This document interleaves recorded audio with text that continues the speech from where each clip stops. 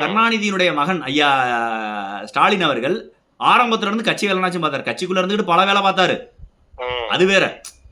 பல வேலையும் பார்த்தாரு, பல வேலையும் பார்த்தாரு, அது வேற. அதுல நம்ம சொல்லக்கூடாது, அப்படியெல்லாம் தவறா பேசிடக்கூடாது. ஆனாலும் ஐயா ஸ்டாலின் அவர்கள் பார்த்த வேலையில கொஞ்சமாச்சும் மதிமுகவுல ஐயா துரை வைக்க பார்த்திருப்பாரா?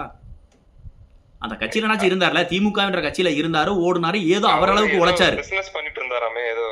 ஐடிசில இந்தியன் டொபாக்கோ கம்பெனில இது எடுத்து ஏஜென்சி எடுத்து பண்ணிக்கிட்டு இருந்தாரு, சிகரெட் வித்துக்கிட்டு இருந்தாரு. பச்சையா சொல்லணும்னா ஐடிசி இன்னைக்கு நிறைய வருது, பிஸ்கட் தயாரிக்குது, குளிர்பானங்கள் தயாரிக்குது, நிறைய அதெல்லாம் தயாரிக்குது, உணவுப் பொருட்கள்ல நிறைய ஐடிசி வந்துருச்சு. ஆனால் ஐடிசியினுடைய பிரதான விற்பனை பொருள் என்னன்னா சிகரெட், டொபாக்கோ ஐட்டம்ஸ் தான் முழுமையா.